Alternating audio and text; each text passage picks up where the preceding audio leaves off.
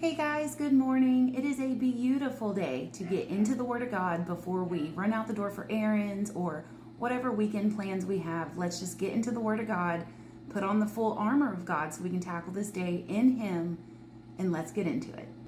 Envy. We all do it, we all have it at some point or another, but it can lead to very sinful ways. So let's get into what that means for us as Christians. Today is Saturday, February 22nd, and the passage for today's devotional is Envy Denies Grace. The assumption of envy is that we deserve what another has been given. In fact, you and I deserve nothing. That can be a hard pill to swallow when we feel like the world owes us something, but the world doesn't owe us anything. God doesn't owe us anything. It is by His grace and mercy alone that we are gifted things in life. Okay, so let's stay focused. Envy is self-focused and self-righteous.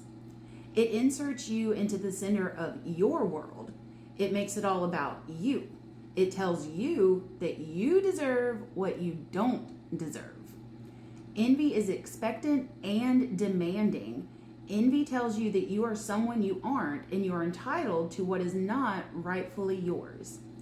Envy cannot celebrate the blessing of another because it tells you that you are more deserving. Envy tells you that you have earned what you could never earn. The world of envy no more mixes with the world of grace than oil does with water. Envy forgets who you are, forgets who God is, and is confused about what life is all about. Yet having said all of that, the fact is that all of us struggle with envy somehow, some way, and at some point. We're jealous that the person next to us has achieved the financial success that we have never enjoyed. We wish our marriage was as happy as that of our friends at church. We wonder why we've been saddled with the job we have when the other guy has such a fulfilling career. We're envious of the other person's small group, which seems to be such a loving community. We wish that we could eat as much as that other person does and still be as slim as they are.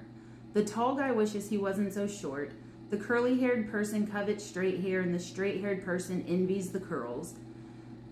Envy is universal because sin is universal. Envy has its roots in the selfishness of sin. It is self-focused. Because it's self-focused, it's entitled. Because it's entitled, it's demanding. Because it's demanding, it tends to judge the goodness of God by whether He has delivered what you feel entitled to. And because it judges God on that basis, it leads you to question His goodness. Because you question God's goodness, you won't run to Him for help. Envy is a spiritual disaster. Grace, however, reminds you that you deserve nothing. But it does not stop there. It confronts you with the truth that God is glorious, loving, gracious, and kind, that He lavishes on us things we could have never earned. Grace also reminds us that God is wise, and He never gets a wrong address. He gives each of us exactly what He knows that we need.